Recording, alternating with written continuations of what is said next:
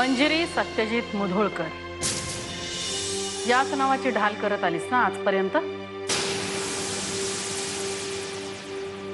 म्हणजे मला मला कळलं नाही आई. मी 2 दिवस घराबाहेर काय गेले, मालकीण झालीस या घराची. म्हणजे या घराच्या आउटहाऊसमध्ये माझ्या परवानगीशिवाय नोकरांना कसं काय राहू दिलंस तू? आई तुम्ही चेन्नईला होतात म्हणून तुम्हाला विचारणं शक्य नाही झालं मला. मग आता माझा निर्णय ऐक. उद्यापासून मीरा मला आउट हाऊस मध्ये दिसता कामा नाही.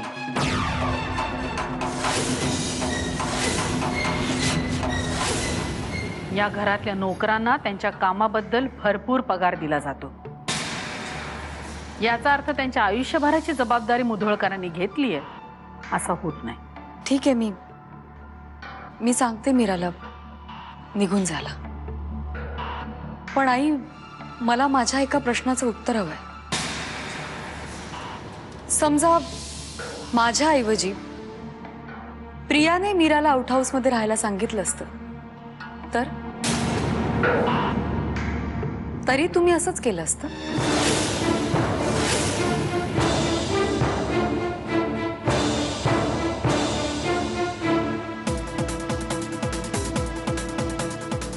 मिळालं. मला माझ्या प्रश्नाचं उत्तर मिळालंय आई. मीराने इथे राहण्याबद्दल तुमचा विरोध नाहीच आहे. मुळात तुमचा विरोध मला आहे. मिळालं ना उत्तर? मग आणखीन एक गोष्ट लक्षात ठेव. तू हे जे तुझ्या नावापुढे सत्यजितचं नाव लावतेस ना, मंजिरी सत्यजित मुधोळकर, ते लावण्यासाठी तू लायक आहेस असं नाही वाटत मला.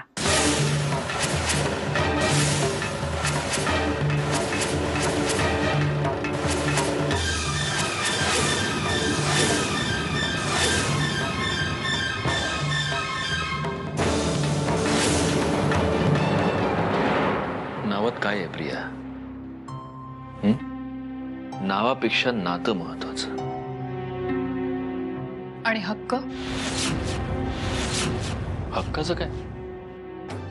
प्रेम असलं की सगळं होतं प्रिया. तुला जाणीव आहे की माझ्या आयुष्यात तुझं काय महत्व आहे, मला जाणीव आहे की तुझ्या आयुष्यात माझं काय महत्व आहे. संपला विषय. आणि हक्काचं म्हणशील तर तू या घरात हक्कानेच राहतेस ना. या घरातली असल्यासारखीच राहतेस. तिथे कोणी तुला परक मानत नाही. सत्यजित आणि हक्क त्याचं काय? नाव दिलं मला, नावात सगळे अधिकार सगळे हक्क आहेत. मुधोळकर नाव लावायचा मान तो हवाय मला. बस.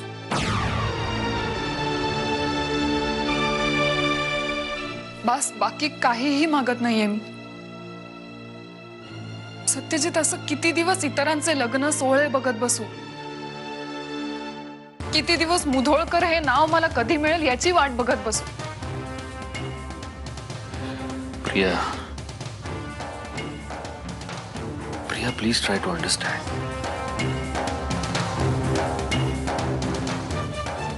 Satyajit, you try to understand. फक्त एकदा स्वतःला माझ्या जागी ठेवून विचार कर. मग एक एक क्षण मी कसा जगते ते. मला कल्पना आहे त्याची. कल्पना असून काय होतं? माझ्या मनाची शांती. सत्यजित, मी असं काय मागते तुझ्याकडे? माझ्या भांगात कुंकू भर. एवढी छोटीशी इच्छा आहे माझी, तीही तू पूर्ण नाही करू शकत. मग काय अर्थ आहे या आपल्या नात्याला? प्रिया, ते सत्यजित, प्लीज प्लीज काही बोलू नकोस.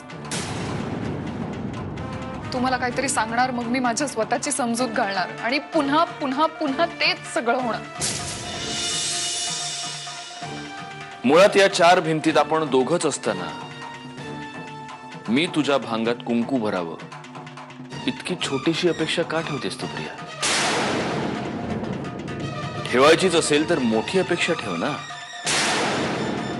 या चार भिंतींपेक्षा चार चौघात मानानं जगजाहीर करून तुला माझं करण्यात जास्त इंटरेस्ट आहे मला.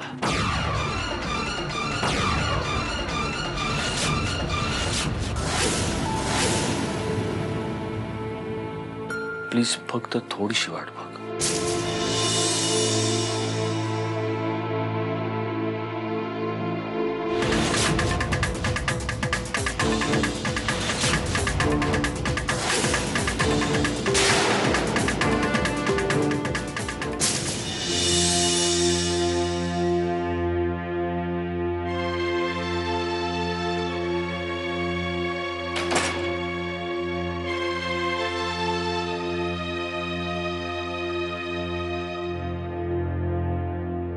काय ग रडतेस?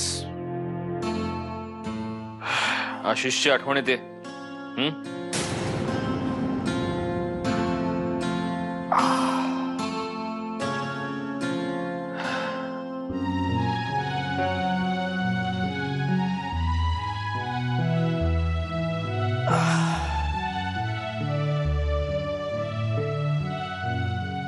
मला ना एक प्रश्न पडतो नेहमी.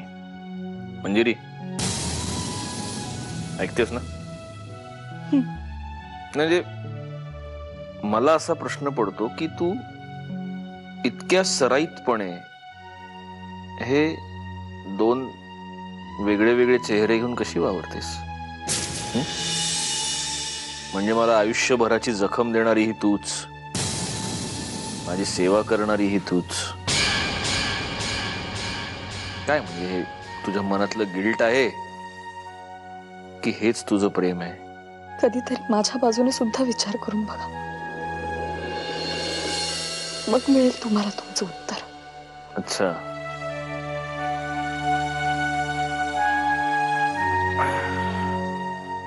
अच्छा. म्हणजे आता मी विचार करायचा, मी हा विचार करायचा की बाबा मी चुकत तर नाहीये ना, मी चुकीचा विचार तर करत नाहीये ना. इतका विचार करायचा, इतका विचार करायचा की त्या विचाराला कंटाळून शेवटी मीच माझी समजूत घालून घेईन की बाबा सत्यजित तूच चुकतोयस, मंजिरीचं सगळं बरोबर आहे. ए, तुझ्याशी बोलतोय मी, झोपलीस का?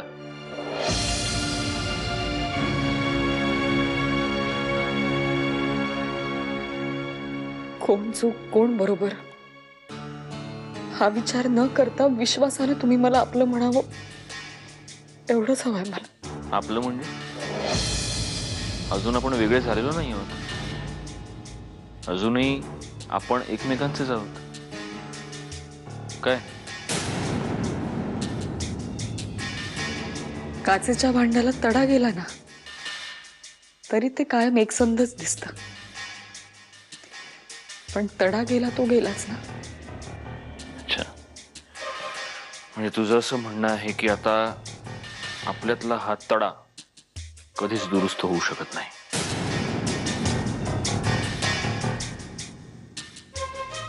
कसं असतं मंजिरी, माणसं तीच राहतात, जागा त्याच राहतात, नाती बदलतात.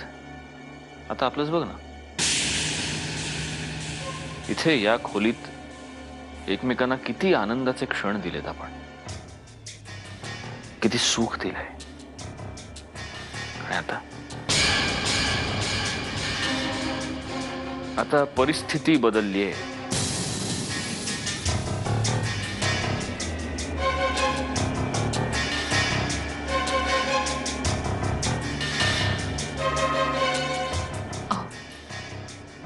परिस्थिती पुन्हा बदलेल, नक्की बदलेल, फक्त तुम्हाला हवी असेल तर.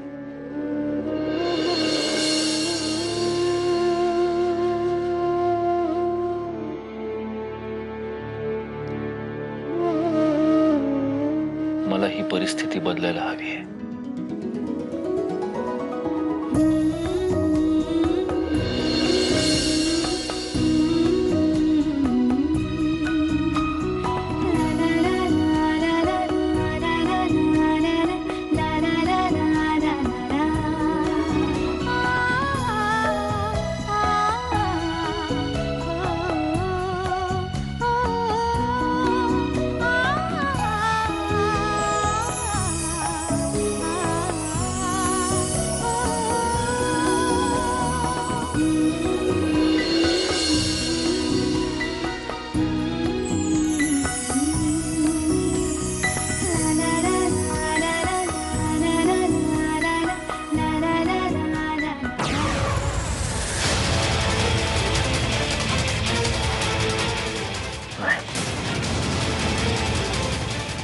शरीराच्या जखमा भरल्या तरी मनाच्या जखमा भरत नाहीत. दुखायचं थांबतं पण आठवायचं थांबत नाही. आणि पुन्हा पुन्हा आठवलं की पुन्हा पुन्हा दुखतं. नाही मंजिरी, आता आपली यातून सुटका नाही. आपल्या दोघांचीही सुटका नाही.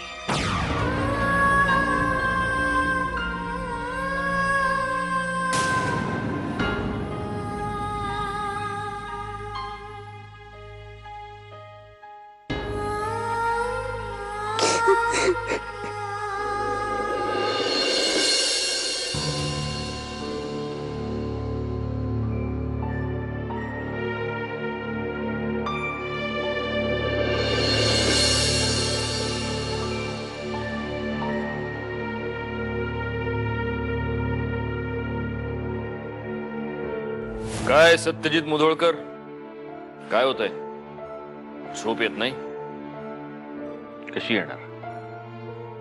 जगाला खरेपणा, सत्य, तत्व यांचे धडे देऊन आता स्वतःच्याच डोक्यावर पापाचं एवढं मोठं ओझं झालं म्हटल्यावर झोप कशी येणार?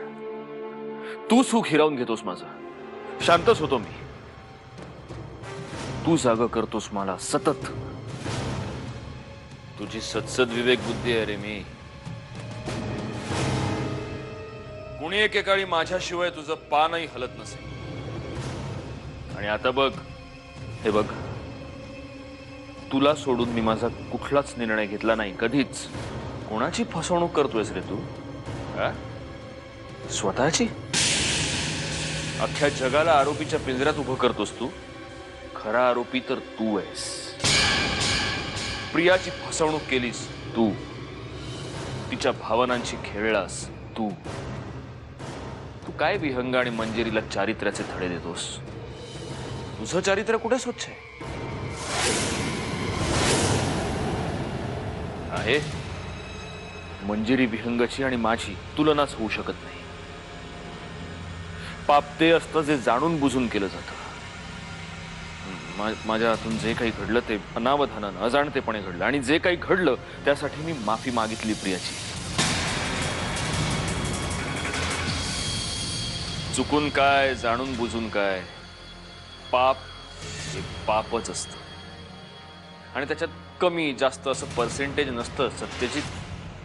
आणि माफी मागून तर ते कधीच पुसलं जात नाही. हे बघ, तू आता उगीच वाद घालतोस. तसं समज हवं तर फक्त माझ्या एका प्रश्नाचं उत्तर दे. उद्या मंजिरी आणि विहंग सुद्धा येऊन हेच म्हणाले की आमच्या हातून चुकून घडलं, तर तूही हेच म्हणशील? हा, मी पुन्हा एकदा सांगतोय, मी शेवटचं सांगतोय, विहंग, मंजिरी आणि माझी तुलना होऊ शकत नाही. माहितीये मला. पण खरंच तू म्हणतोस तसं मंजिरी आणि विहंगनं जर केलं नसेल तर काय म्हणून तू त्यांच्या समोर उभा राहशील? बोल ना, अरे बोल ना. आहे उत्तर? नाही ना? जा तू, जा तू इथून. नाही बोलायचंय मला तुझ्याशी, जा.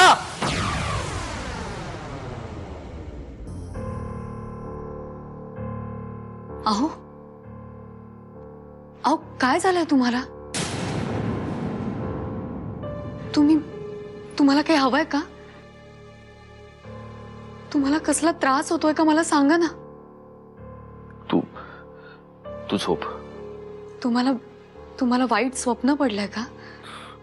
तू झोप सांगितलं ना, झोप.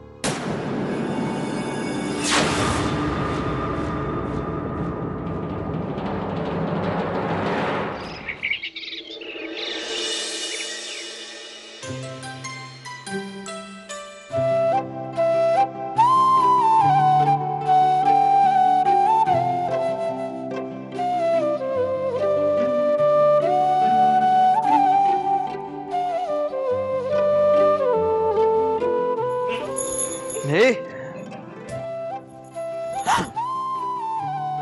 सकाळी उठवायची चांगली पद्धत आहे सरनाईकांकडे. हा, आवडली आपल्याला.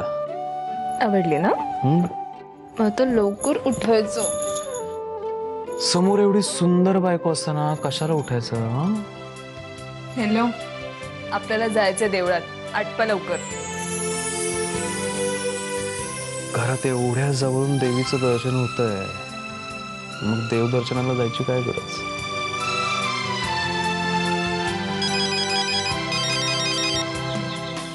वाचतोय.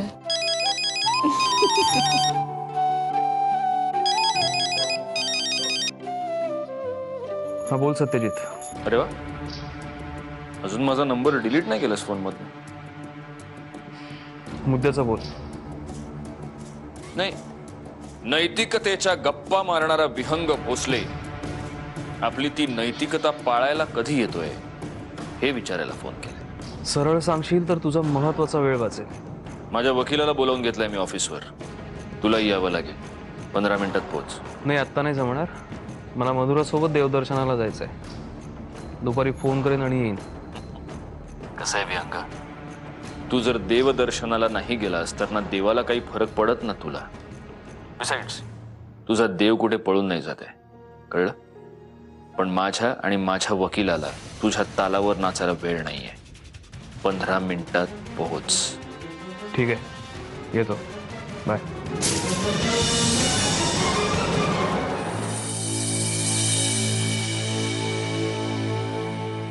ताई साहेब, अहो ताई साहेब. ताई साहेब, मी येते. अगं मीरा, हे बघ, काळजी नको करूस आणि कुठलाही त्रास झाला तरी प्लीज मला कळव. ताई साहेब, तुम्ही नका मनाला वाईट वाटून घेऊ.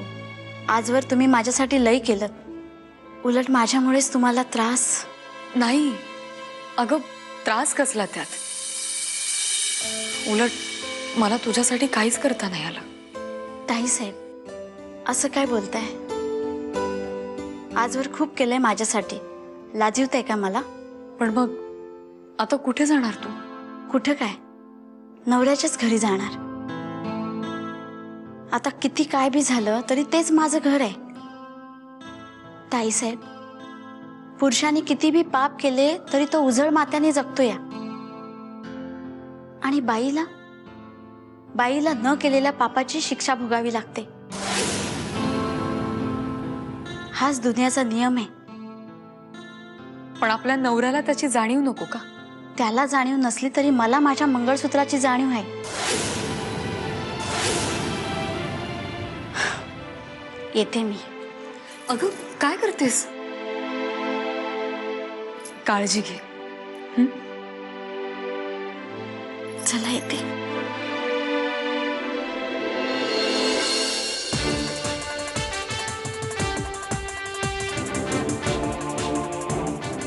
थांब मंजिरी, काय मिळवलंस? माझा इतका अपमान करून, माझ्याशी एवढं भांडून काय मिळवलंस काय?